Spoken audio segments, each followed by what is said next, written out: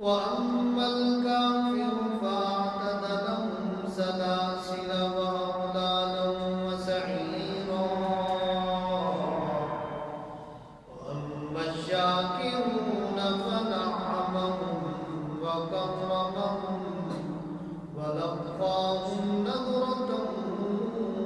وسرورا فنشهد أن لا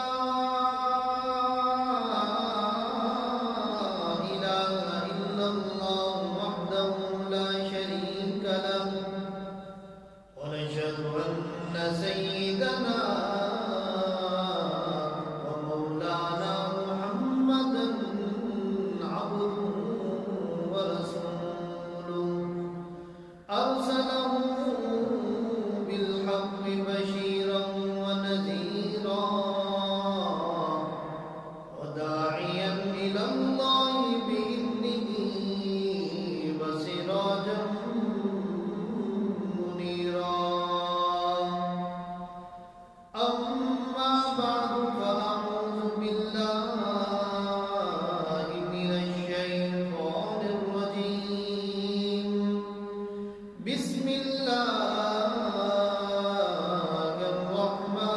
الرحمن الرحيم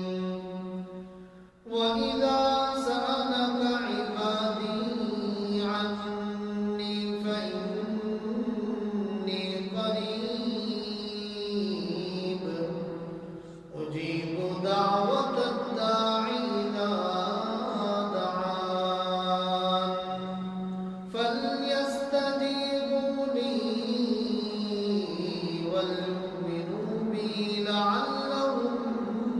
يرشدون قال النبي صلى الله عليه وسلم الدعاء مخ العبادة عن أبي هريرة رضي الله تعالى عنه قال قال النبي صلى الله عليه وسلم إن الله تعالى طيب لا يقبل إلا طيبا إن الله تعالى أمر به المؤمنين كما أمر به المرسلين قال الله تبارك وتعالى يا أيها الرسل كلوا من الطيبات قال تبارك وتعالى يا أيها الذين آمنوا كلوا من طيبات ما رزقناكم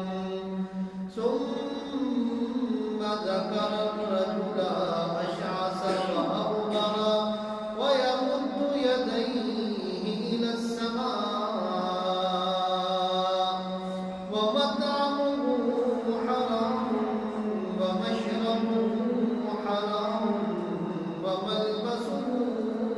حرام وغذي بالحرام فأنى يستجاب